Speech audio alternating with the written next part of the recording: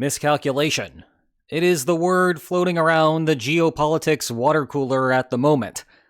Someone in Israel, someone in the United States, or both, estimated that the coalition could force a regime change inside of Iran. That is how we ended up with another Gulf War, and it also explains why it has not succeeded thus far. Indeed, there is a New York Times article with insider accounts seemingly corroborating that argument. It is drawing comparisons to how the Russian invasion of Ukraine began, and it would help explain why there may be, or may not be, some peace talks happening behind the scenes, or soon in Pakistan.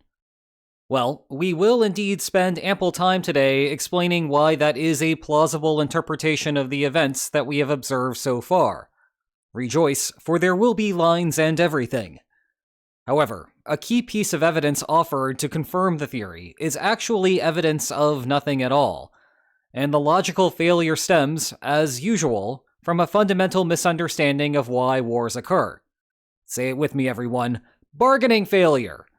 Bargaining failure is the answer, and it is most definitely not because the threat of protest is high or low. So, today, let's examine the intelligence failure that may have led to the war, and why the lack of regime change so far is only a weak indicator of a potential underlying mistake. Let's start with the presumed miscalculation. Most of the factual reporting here comes from that aforementioned New York Times article, but I'm going to interject with my own social scientist caveats. The main revelation is that David Barnea, the head of Israel's intelligence service Mossad, believed that the Iranian public could be galvanized into rising up against its government within days of a war starting. Israeli Prime Minister Benjamin Netanyahu got on board and set out to convince Donald Trump. U.S. intelligence was not as confident, nor was the U.S. military. For reasons unclear in the report, but something that we may be able to elucidate in a minute, Trump bought into the plan. The war has not yet produced those results. This applies to both standard protests in the streets, plus efforts to weaken Iran's security forces in the northwest of the country to allow for a more organized resistance coming from Kurdish militant groups. Frustration is now setting in among the coalition. Netanyahu with Mossad for conveying an inaccurate assessment, Trump with Netanyahu for being a driving force behind the war, and perhaps both parties with would-be protesters for not taking risks on the ground. Ironic given that Israel and the United States are not taking risks on the ground. A common theme from the main report and others is that U.S. intelligence consistently produced pessimistic assessments of the situation. Yet the United States went to war anyway. Keep that in mind as we go. Okay, that covers the substantive reporting on the matter. We need to transition now to some theory to better interpret the situation. As a baseline, longtime viewers will immediately recognize this as a private information bargaining problem. I will now cover the basics of the idea. If you are new to crisis bargaining theory, remember that I published a long introduction to the subject over on my secondary channel. Maybe watch that if you have some free time. Let's conceptualize the territory of Iran as representing 100% of the political disagreement between the Islamic Republic and the United States. It will help to visualize the central problem, even though this is not a true territorial war like Ukraine. Divisions toward the eastern end mean that the United States obtains something closer to its preferred policy, while divisions toward the western end mean that Iran obtains something closer to its preferred policy. In principle, there is an expected outcome of the war that aggregates everything that could happen over fighting, and averages out all of the random events that might happen during that period. Notably, this expected outcome incorporates the likelihood of protesters rising up against the Iranian government. The more likely this is to happen, the further right we would push the expected outcome. That is because it would be hard for the current government to implement its preferred policies if it is no longer on the face of the earth. Equivalently, if the government can lock down protesters without issue, the expected outcome would drift further left.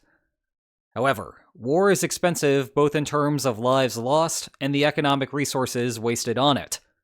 If you take those physical losses and weigh them by how much Iran values the policies in dispute, the space between the expected outcome line and this green line represent Iran's costs of war. You will notice that everything to the right of the green line is what Iran expects to obtain by fighting a war, net its costs. We can do the same thing on the other end for the United States. Its costs of war go the other way, between the expected outcome line and the blue line. Now everything to the left of the blue line is what the United States expects to obtain net its costs. Aggregating what we have deduced so far, you will notice that any division between the blue and green lines improves both parties' outcomes as compared to war. That is because they are all close to what war would produce in expectation, but neither side pays any costs. We call it a bargaining range because the parties can negotiate within it. This logic immediately throws aside one of the narratives that you will hear about the possibility of protests causing the war. By the account of the New York Times article, the White House started the war because, brushing off U.S. intelligence assessments, it believed that protesters would likely come to the aid of the U.S. cause. Thus, the United States calculated that a war would be profitable. And as Rule of Acquisition 6.7 says, do not leave any profit on the table. Let me be clear and blunt about that argument. It holds no logical coherence and is devoid of strategic reasoning. It makes the rounds because it has an aura of sensibility. But once you try to think through the mechanism that takes you from the premise to the conclusion, it all falls apart. You can be pessimistic about an outcome and still start a war.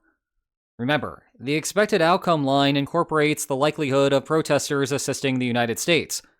Thus, the first-order consequence of a high probability of protesting is to move the line to the right.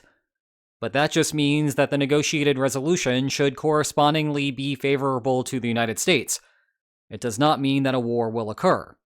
Likewise, a low probability of protesting just means that the negotiated resolution should be favorable to Iran. Whether someone rejects or not is therefore a function of the offer put on the table, not an isolated calculation of whether war will result in an objectively good or bad outcome. In other words, what the protests mean war argument fails to realize is that negotiating positions are a function of war expectations. Both party stances should reflect what the underlying balance of power is. Way too many arguments ignore this point at their own peril, and I have 2 post-it notes on my wall ready for me to write about other applications of this idea, if 2026 might calm down for just a second. Hey, at least we are taking care of one of those post-its today. That said, we can still link protesting incentives to why wars occur. We just need to add an extra premise to the argument. One explanation is that the likelihood of successful protest was shifting over time. This is a very reasonable possibility, but we have also explored it a bunch over the last few weeks, so I do not want to rehash that again today. Another explanation that is consistent with the White House leaks is that there was a discrepancy between US expectations and Iranian expectations. For example, it is reasonable to think that the Iranian government better understood the state of protesting in the country on the eve of war. They are the ones with security forces on the ground, updating them on what the average citizen is thinking. And while the United States gets some of that information too, they will be spotty and clouded by both distance and regional knowledge. In turn, you could end up in a situation where the Iranian government knows that it has cracked down on protests with harsh enough measures that it has broken the will of all dissidents. Even with US support, they will not be eager to return to the streets. Meanwhile, it is possible that the intelligence chatter emanating from Iran is more optimistic. Yes, the crackdowns have pushed people back inside their houses, for now. But the underlying sentiment is still there, and will explode if a US intervention can take care of some of the dirty work. To visualize the problem, it is like the United States believes that the bargaining range is over here. The intelligence community concedes that this assessment might be wrong, but that is its best guess. In contrast, Iran knows the reality of the situation looks like this. Consequently, the United States will demand a bunch at the bargaining table, but Iran will hold firm. That is how you get war. Private information drives apart each party's expectation of what war will produce.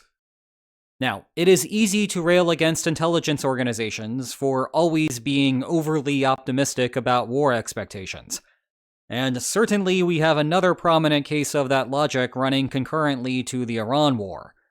But that is a misleading conclusion to draw, because it over-indexes on the more salient cases. When intelligence organizations get it right, we do not observe wars. After all, if the parties have a consensus on the bargaining range, they ought to simply hammer out a deal. And I know that this is hard to appreciate given the current mess of a world that we live in, but most countries are at peace with most other countries most of the time. Intelligence failures like the one I just described are the outliers. In addition, when intelligence organizations are unnecessarily pessimistic, we also do not observe wars. Here, the United States would come to the bargaining table asking for very little. Iran would be slightly confused as to why the United States is not acting more belligerent when Iran knows that the situation is actually precarious. But Iran will not look a gift horse in the mouth and instead take what is offered, which in this case would be a lot offered from the United States. The only way that we get war under these circumstances is when the intelligence organization is too optimistic, and there is no way to verify that over-optimism short of finding out on the battlefield. These are the cases that get shelves of history books written about them, but I, as a social scientist, am here to remind the world that those are not the average cases. Moving along. War as a consequence of uncertainty immediately reveals a critical implication.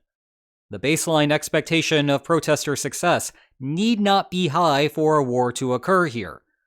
I have been drawing the difference in expectations as massive because it helps visually illustrate the problem.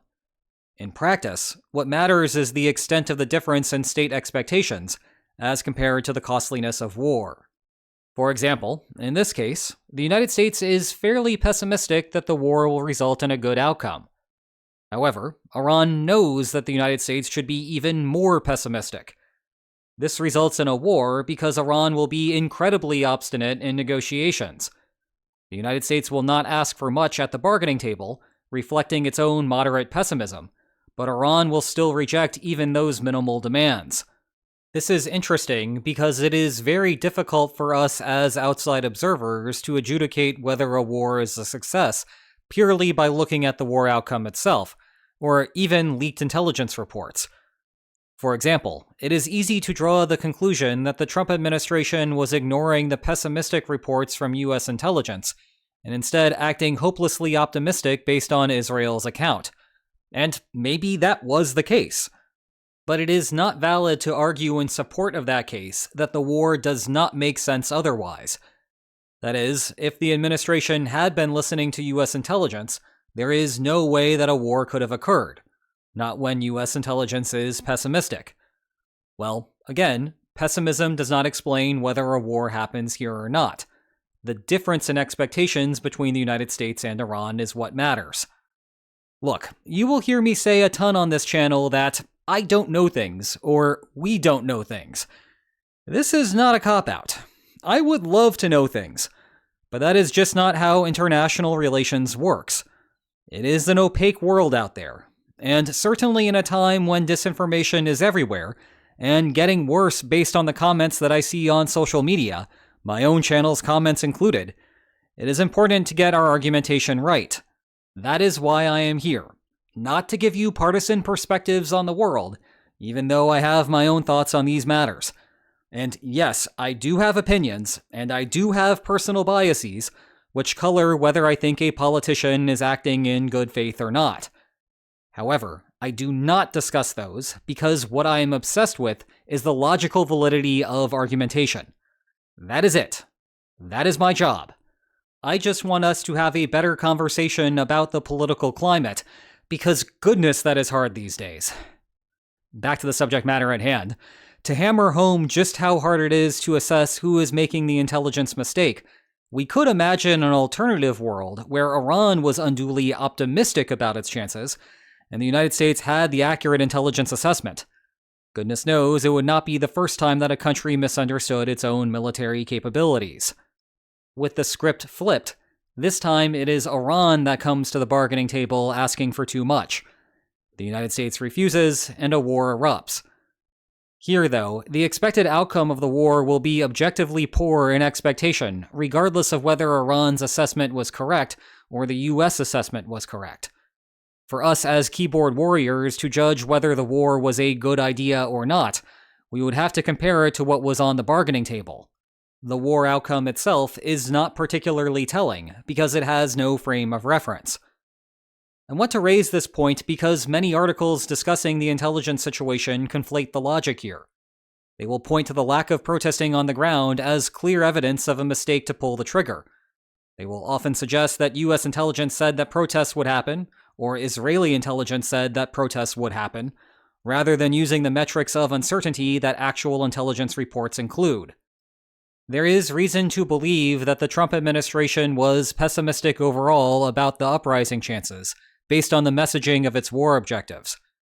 Outside of Trump's initial speech declaring war, regime change is a subject that the administration tries to avoid. And even in the war declaration, it was a suggestion to the Iranian people rather than an explicitly laid out objective. The reason that you would hedge if you were pessimistic about the chances there is that it would look politically bad if regime change is a stated goal that fails to come to fruition.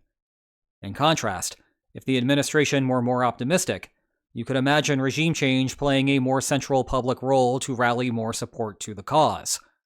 And goodness, they would like more support right now, this being the least popular start to a war in American polling history.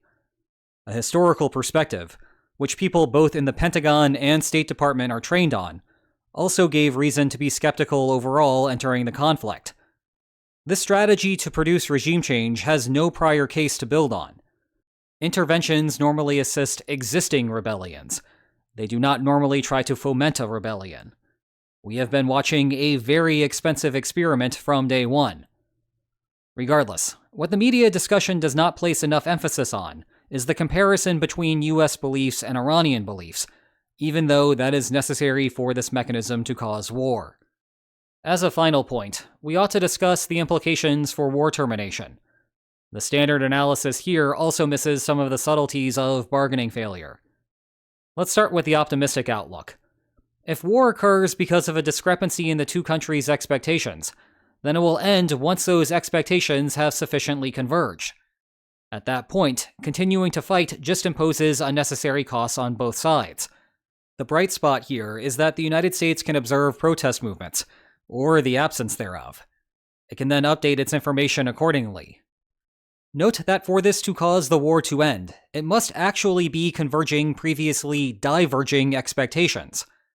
If both parties have the same view of underlying protester dynamics, then any natural changes over time there simply shift around the bargaining range.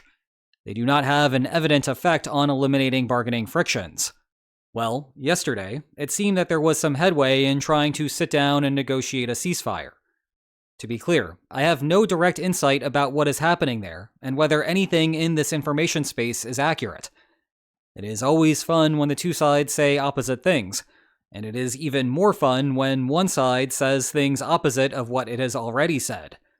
However, if you believe that the war started as a consequence of over-optimism from the United States, then it would make sense why the lack of protest movements on the ground is causing the White House to seek a diplomatic solution. The intelligence organizations are beginning to believe that the initial assessments were wrong, and so it is time to ratchet down demands accordingly. Still, the reporting on this front lacks some of the nuance that the private information theory tells us.